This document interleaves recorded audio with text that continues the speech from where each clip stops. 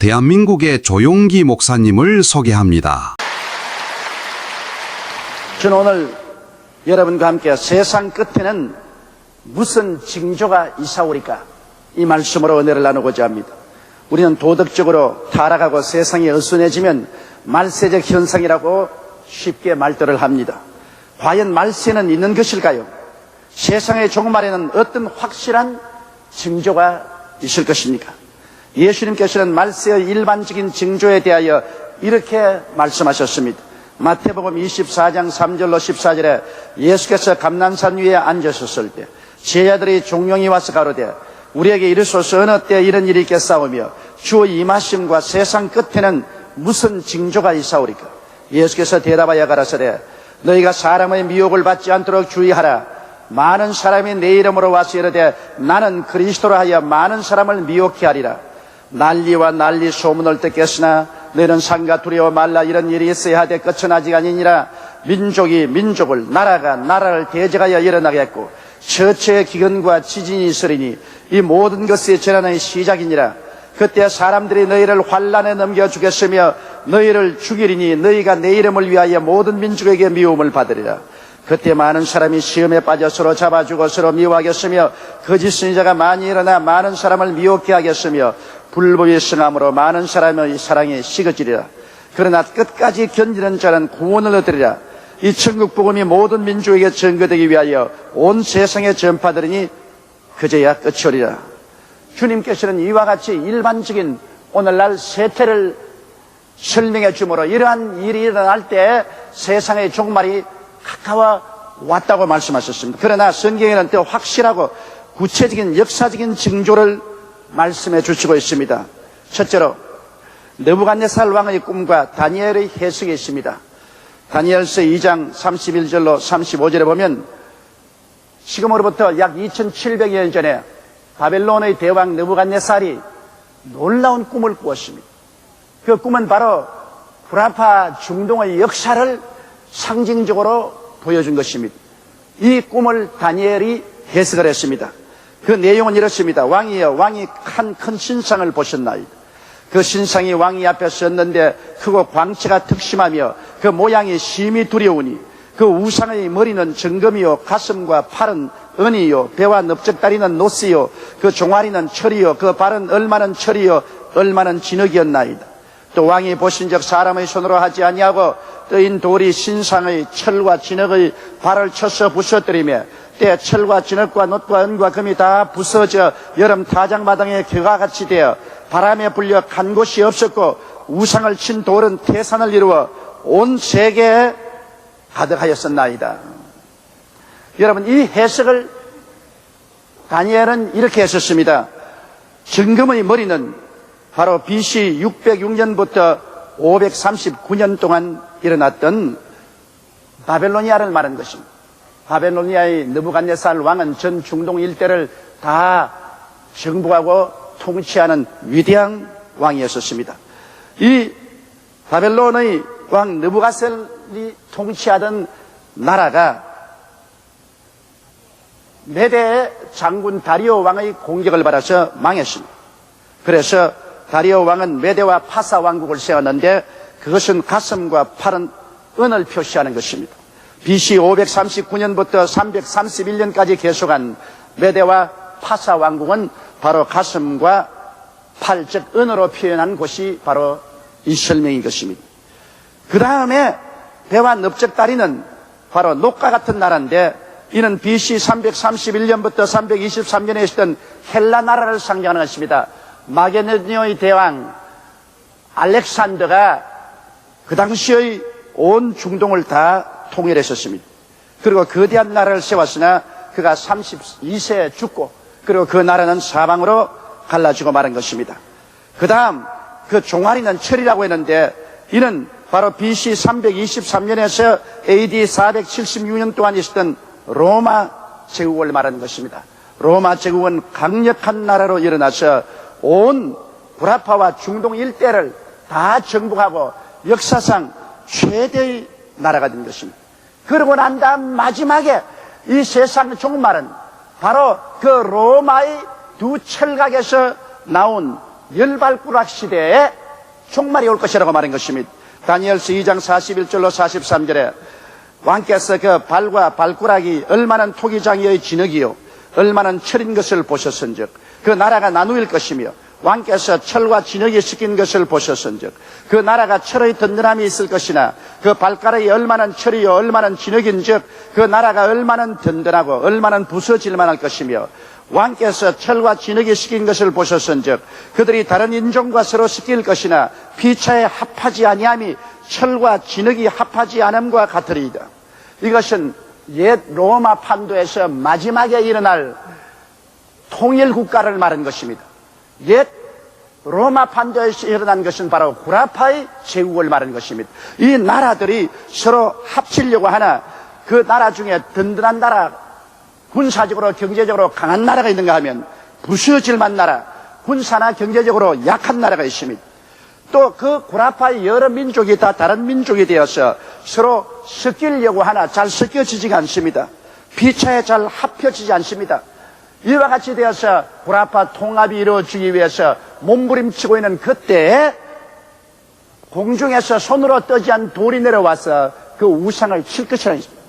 구라파 중심으로 한 역사를 종말시킬 것을 말하는 것입니다. 다니엘서 2장 44절로 45절에 이 열왕의 때 하늘의 하나님이 한 나라를 세우시리니 이것은 영원히 망하지도 아니할 것이요 그 국권이 다른 백성에게 돌아가지도 아니할 것이요 도리어 이 모든 나라를 쳐서 멸하고 영원히 있을 것이라. 왕이 사람의 손으로 아니하고 산에서 뜨인 돌이 철과 놋과 진흙과 은과 금을 부서뜨린 것을 보신 것은 크신 하나님이 장래의 일을 왕께 알린 것이니라. 이 꿈이 참되고 이 해석이 확실하나이다. 그래서 마지막 때는 역사의 종말이 다가와서 바벨로니아도 메데파사도 헬라도 로마도 그 다음 이후에 로마에서 나타난 구라파 열국도 다 하나님께서 철폐하시고 하늘에 뜨인 돌, 우리 주 예수 그리스도를 보내셔서 만왕의 왕 만주로 삼고 이 세계를 그리스도가 통치하게 된 때가 온다는 것을 말씀해 드리고 있는 것입니다. 바로 이 예언의 말씀이 이루어지기 위해서는 옛 로마 판도에서 열발가락 시대에 그 열발가락이 서로 뭉치고 합치는 일이 일어나야만 되는 것입니다. 옛 로마 판도의 열발가락의 통합이 이루어지지 않고는 이 예언이 이루어지지 않습니다. 과연 구라파가 통합될 수 있을까요? 역사를 통해서 나폴레온도 구라파를 무력으로 통일하려고 했으나 실패했습니다. 히틀러도 구라파를 무력으로 통일하려고 했으나 실패했습니다. 그러나 성경은 분명하게 마지막 때 구라파의 철과 진흙같이 서로 다른 나라와 다른 민족이지만은 서로 하나로 합치려는 거대한 움직임이 일어날 것이라고 예언하고 있습니다. 그 예언이 어떻게 이루어진지 우리 두 번째 한번 살펴보시기 바랍니다. 현재 일어난 옛 로마 통일의 과정을 한번 보십시오. 1945년 제2차 세계대전 종전 후부터 본격적으로 시작했습니다. 유럽은 소련의 위협과 미국과 나중 일본의 경제적인 공격에 협공을 당하게 되자 살아남기 위해서는 유럽의 단일 개개 국가로서는 힘에 부쳐 통합 유럽의 필요성을 절실하게 느끼게 된 것입니다. 그래서 1948년 4월 OEEC라는 즉 유럽 경제협력기구를 창설했습니다. 먼저 경제적으로 유럽이 서로 협력하여 통일해보자는 그런 운동이 있었습니다. 그리고 1951년에는 ECSC 유럽 석탄 철강 공동체를 구성했습니다. 우선 석탄과 철강을 공동 생산하고 관리하는 관리청을 개설하고 6개국에 참여를 한 것입니다. 1957년 로마 조약 체결로 두 개의 새 공동체인 EEC 즉 유럽 경제 공동체와 EURATOM 유로톰이란 유럽 원자력 공동체가 창설되고 관세 장벽을 철폐하게 된 것입니다. 1958년 이 세 기구는 합한 EC 즉 유럽 공동체가 효력을 발생했습니다. 경제, 사회, 문화적 공동적 개발을 하기로 결심을 하고 EC가 창립된 것입니다.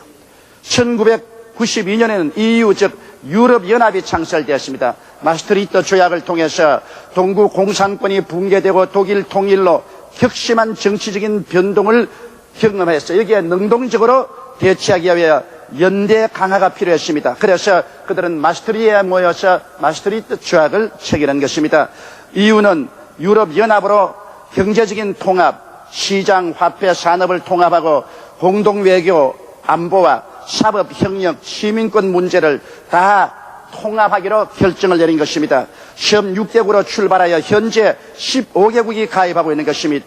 그리고 이제 유럽 단일 통화운동이 일어나고 있습니다. 유로는 금년 5월 21일 11개국이 참석해서 1999년 1월 1일부터 통합을 시작해서 금융기관 등을 2001년까지 3년간 적은 훈련을 했다가 2002년 1월 1일부터 유로 집회, 유로주화 유통을 개시하고 7월 1일부터는 각국 화폐를 퇴장시키고 유로화로 전환시켜서 완전히 유럽의 경제권을 하나로 만들고 통화도 돈도 하나로 쓰겠다는 것입니다.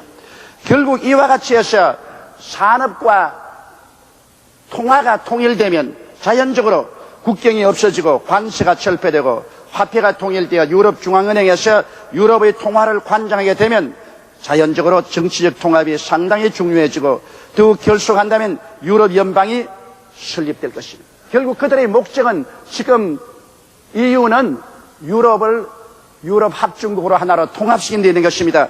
이미 1979년 7월 출발한 직선 유럽의회는 불란서의 스트라스부르크에 이사장을 두고 유럽 각국에서 선출된 의원들이 이정활동을 하고 있는 것입니다.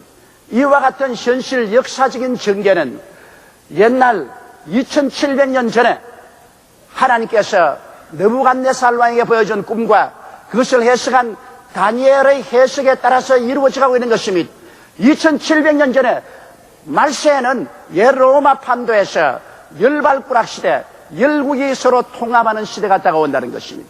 그 통합의 역사가 지금 유럽에서 우리 눈앞에 활발하게 이루어지고 있는 것을 보게 될 때 이것은 바로 예언의 성취가 아닌가, 우리는 이런 해석을 할 수가 있는 것입니다. 그럼 셋째로 장차 어떻게 될 것이냐, 유럽이 통합되고 세계는 어떻게 될 것이냐, 이런 문제를 우리가 생각해 보지 아니할 수가 없습니다. 장차 될 일은 또 다니엘이 그 환상 가운데서 대단히 밝혀보았었습니다. 다니엘서 7장 1절로 8절에 보면 바벨론 왕 벨사살 원년에 다니엘이 그 침상에서 꿈을 꾸며 내 속으로 이상을 받고 그 꿈을 기록하며 진술하니라. 하늘의 네 바람이 큰 바다로 몰려 불더니 큰 짐승 넷이 바다에서 나왔는데 그 모양이 각각 다르니 첫째는 사자와 같은데 독수리의 날개가 있더니 내가 볼 사이에 그 날개가 뽑혔고 또 땅에서 들려서 사람처럼 두 발로 서기 함을 입었으며 또 사람의 마음을 받았으며 다른 짐승 곧 둘째는 곰과 같은데 그것이 몸 한편을 들었고 그 입의 사이에는 새 갈빗대가 물렸는데 그에게 말하는 자가 있어 이르기를 일어나서 많은 고기를 먹으라 하였으며 그 후에 내가 또 본 적 다른 짐승 곧 표범과 같은 것이 있는데 그 등에는 새의 날개 넷이 있고 그 짐승에게 또 머리 넷이 있으며 또 권세를 받았으며 내가 밤 이상 가운데 그 다음에 본 넷째 짐승은 무섭고 놀라우며 또 극히 강하며 또 큰 천리가 있어 먹고 부서뜨리고 그 나머지를 발로 밟았으며 이 짐승은 전의 모든 짐승과 다르고 또 10뿔이 있으므로 내가 그 뿔을 유심히 보는 중 다른 작은 뿔이 그 사이에 나더니 먼저 뿔 중에서 셋이 그 앞에 뿌리까지 뽑혔으며 이 작은 뿔에는 사람의 눈 같은 것이 있고 또 입이 있어 큰 말을 하였더라. 이것이 바로 장차 될 일에 관한 다니엘이 하나님께로부터 받은 묵시인 것입니다. 이것을 상세하게 해석하기는 시간이 너무 부족하겠지만은 큰 바다에 네 짐승이 나왔다는 것은 유럽의 지중해에서 일어날 수 있는 거대한 역사적인 활동을 예언한 것입니다. 첫째, 사자와 같은 나라가 일어났다는 것은 바로 바벨로니아를 말하는 것입니다. 느부갓네살 왕을 말하는 것입니다. 둘째, 곰은 바로 메데와 파사 연합국이 바벨로니아를 파멸하고 유럽을 다스린 것을 말하는 것입니다. 셋째, 표현은 발로 헬라의 알렉산더 대왕을 말하는 것입니다. 그리고 넷째 무서운 짐승은 바로 로마를 말하는 것입니다. 다니엘서 7장 7절로 8절에 보면 내가 밤 이상 가운데 그 다음에 본 넷째 짐승은 무섭고 놀라우며 또 극히 강하며 또 큰 천리가 있어서 먹고 부서뜨리고 그 나머지를 발로 밟았으며 이 짐승은 전의 모든 짐승과 다르고 또 10뿔이 있으므로 내가 그 뿔을 유심히 보는 중에 다른 작은 뿔이 그 사이에 나더니 먼저 뿔 중에 셋이 그 앞에서 뿌리까지 뽑히었으며 이 작은 뿔에 사람의 눈 같은 눈이 있고 또 입이 있어 큰 말을 하였더라는 이 말은 이미 심장합니다. 왜냐하면 이 마지막 무서운 짐승은 철 이빨을 가지고 무시무시한 짐승으로 모든 나라를 깨물어 먹고 부숴뜨리고 역사상 최대의 나라 로마 제국을 형성한 것입니다. 그런데 그 마지막 때 그 짐승의 머리에서 10뿔이 나온다는 것입니다. 그러면 마지막 때 옛 로마 제국, 즉 다시 통합된 옛 로마 제국에 10뿔이 나온다는 것은 10권세를 말하고 10왕을 말하고 10나라를 말하는 것입니다. 그러면 궁극적으로 구라파에서 주축적인 통일국가는 10개 국가가 될 것이라는 것입니다. 지금은 15개 국가가 EU에 참여하고 있고 또 11개 국가가 단일 통화에 참여하고 있지만은 전국적으로 유럽에서 주축적인 역할을 해서 유럽 통화를 이룰 나라는 10개국인 것을 이 성경은 예언하고 있는 것입니다. 10뿔이 일어난. 그리고 10뿔 중에서 적은 뿔이 일어나서 3뿔을 뿌리째 뽑아서 통화해버리겠다는 것은 그 10개국이 장차 한 사람의 위대한 통치자가 일어나서 세 나라를 하나로 통합시켜버리고 그리고 7나라를 중심으로 해서 유럽 전체를 다스리고 세계를 호령할 것을 말하고 있는 것입니다. 다니엘서 7장 23절에 보면 모신자가 이처럼 이르되 넷째 짐승은 곧 땅의 넷째 나라인데 이는 모든 나라보다 달라서 천하를 삼키고 밟아 부서뜨릴 것이며 이렇게 말한 것입니다. 그런데 그러면 이 마지막 짐승인 로마의 그 머리에서 나온 10뿔은 무엇을 상세히 의미합니까? 이것은 다니엘서 7장 24절로 27절에 그 10뿔은 이 나라에서 일어날 10왕이요 옛 로마 판도 통일 구라파에서 일어날 10왕이요 그 후에 또 하나가 일어나리니 그는 먼저 있던 자들과 다르고 또 새 왕을 복종시킬 것이며 그가 장차 말로 지극히 높으신 자를 대적하며 그는 즉 그리스도인 것입니다. 하나님을 대적합니다. 또 지극히 높으신 자의 성도를 괴롭게 할 것이며 지극히 높은 자의 성도는 이스라엘을 말하는 것입니다. 그 즉 그리스도는 무시무시하게 이스라엘을 괴롭힐 것을 말하는 것입니다. 그가 또 때와 법을 변개코자 할 것이며 성도는 그의 손에 붙임 바 되어 이스라엘은 그들의 손에 붙임 바 되어 한때 두 때와 반 때를 지나려 3년 반 동안 무지무지하게 즉 그리스도에게 핍박을 당하고 죽임을 당할 것을 말하는 것입니다. 이곳에 있는 성도는 오늘날 우리가 말하는 예수 믿는 성도를 말하는 것이 아니라 이스라엘을 말하는 것입니다. 왜냐하면 다니엘은 바로 이스라엘 역사와 연결해서 이것을 설명하고 있기 때문인 것입니다. 그러나 심판이 시작되면 그는 권세를 빼앗기고 끝까지 멸망할 것이요 나라와 권세와 온 천하 열국의 위세가 지극히 높으신 자의 성민에게 붙임 바 되리니 그의 나라는 영원한 나라이라 모든 권세에 있는 자가 다 그를 섬겨 복종하리라 하였나이다. 그래서 여기 보면 옛 구라파 판도에서 10개국이 일어나서 통일할 것이요 그 중에 3개국이 완전히 하나가 되어서 즉 그리스도가 그를 다스리며 그 다음 즉 그리스도는 이스라엘을 공격해서 한때 두때 반때 3년 반 동안 무시무시하게 이스라엘을 공격해서 거의 박멸할 것이라는 것입니다.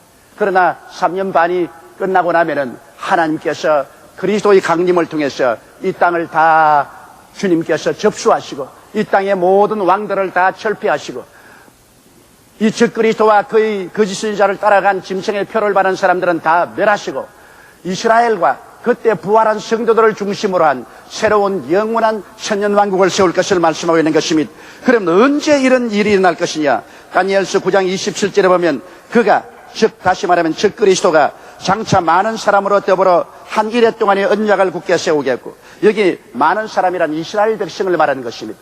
이 즉 그리스도가 이스라엘 백성들과 7년 계약 한 1회 동안 언약을 굳게 정하겠고 그가 그 1회의 절반에 제사와 예물을 금지할 것이며 또 잔포하여 미운 물건이 날개를 의지하였을 것이며 또 이미 정한 종말까지 진노가 황백해 하는 자에게 쏟아지려 했느니라. 이 말은 바로 이 즉 그리스도가 마지막 이스라엘과 7년 계약을 맺고 그 3년 반이 지나자 돌이켜서 이스라엘의 성전에 자기의 흉상을 세워놓고 자기를 신이라고 자기를 경배하라 자기를 경배하지 않은 모든 이스라엘 백성은 박멸하고 처참한 핍박이 일어날 것을 말하고 있는 것입니다. 그래서 여기에 보면은 바로 적그리스도가 이스라엘과 7년 계약을 맺을 때, 그때가 바로 역사의 마지막 종말을 향해서 달려가는 때가 될 것이라고 우리는 보았습니다.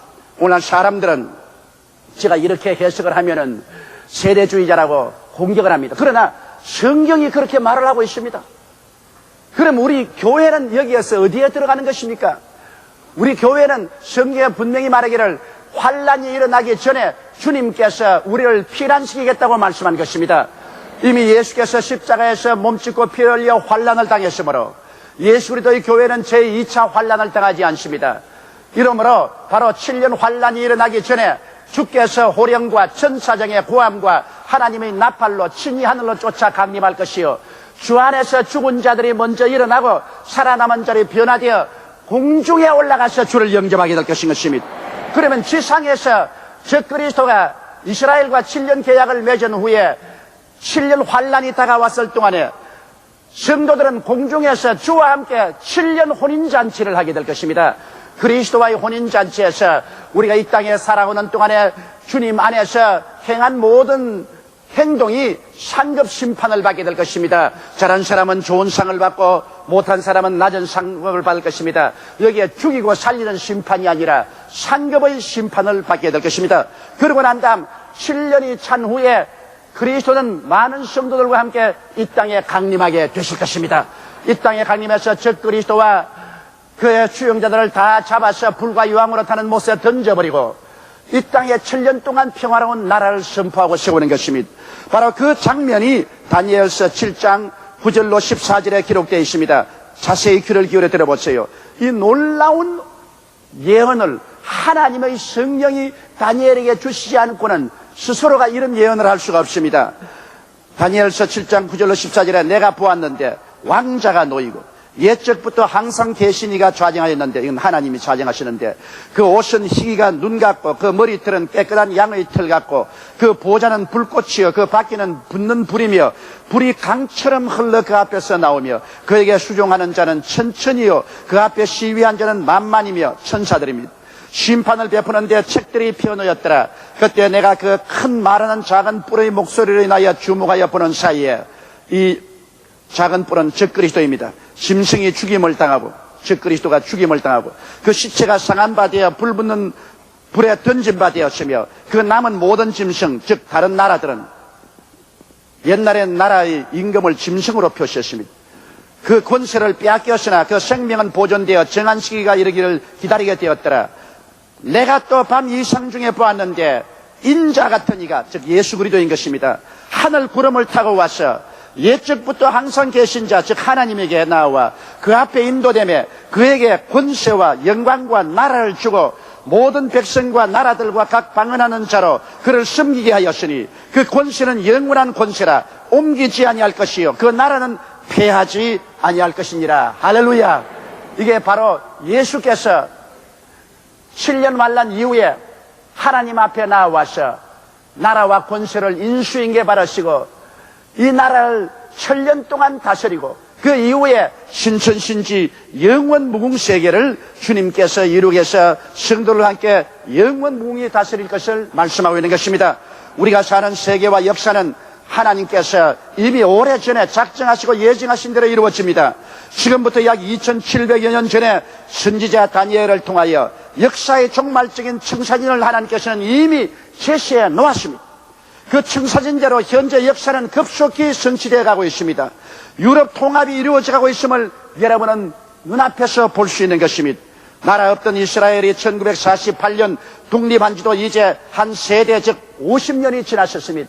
언젠가 통합 유럽과 이스라엘과는 7년 계약을 맺을 수 있는 모든 역사적인 무대가 다 준비되어 있는 것입니다. 통합 유럽과 이스라엘이 7년 계약이 언제 있을지는 아무도 모르나 그때 우리는 이 세상의 종말이 다가올 것을 알 수 있습니다. 때와 기한은 아버지께서 자기의 고난에 두셨으니 너희는 알 바가 아니라고 말했으므로 우리는 때와 기한은 모릅니다. 또 마태복음 24장 36절에 그러나 그 날과 그 때는 아무도 모르나니 하늘의 천사들도 아들도 모르고 오직 아버지만 아신다고 하시니 우리가 나를 찍어서 어느 때 어느 시라고 말할 수는 없습니다. 마태복음 24장 42절에 그러므로 깨어있으라 어느 날에 너희 주가 임할는지 너희가 알지 못하냐고 말했으며 마태복음 25장 13절에 그런즉 깨어있으라 너희는 그날과 그 시를 알지 못하냐고 말한 것입니다. 언제 그날과 그 시가 우리에게 다가올지 모릅니다. 그러나 우리는 역사의 흐름을 통해서 주님이 주신 다니엘을 통한 예언을 통해서 어렴풋이 어떻게 역사가 진행되며 언제 종말이 올 것이라는 것을 예견해 볼 수가 있는 것입니다. 그 예언을 통해서 우리가 보게 되는 것은 지금 우리가 사는 시대가 말세의 마지막 때요, 역사의 종말이 우리 눈앞에 신속하게 다가오고 있다는 것을 알 수 있는 것입니다. 그러므로 우리는 잠에서 깨어 일어나고 죄를 회개하고 열심히 예수를 믿고 우리의 삶을 정직하고 성실하고 근면하고 충성스럽게 살며 주의 오실 날을 우리는 간절히 고대해야 될 것인 것입니다. 그날에 하늘이 큰 소리로 떠나가고 땅이 열렬한 불에 녹아지느니와 우리는 의에 거하는 새 하늘과 새 땅을 바라본다고 베드로 사도는 말씀하고 있는 것입니다.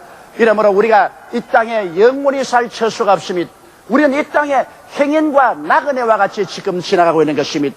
우리의 기한이 차면 그리스도를 믿고 구원받은 사람에게는 주께서 예비한 영원한 천국으로 들어갈 것입니다. 눈물과 근심과 탄식과 이별하는 것이나 공하는 것이나 앓는 것이 없는 영원의 삶으로 지나갑니다. 이 추한 몸이 영화로운 몸으로, 약한 몸이 강한 몸으로, 이 육의 몸이 신령한 몸을 입고 우리는 영원히 그리스도와 함께 우주를 다스리며 살게 될 것입니다. 그러나 두려워하는 자들과 믿지 않은 자들과 살인자들과 행업자들과 술객들과 모든 거짓말하는 자들과 우상 숭배하는 자들은 불과 유황으로 타는 못에 참여하리니 이것이 둘째 사망이라고 말한 것입니다.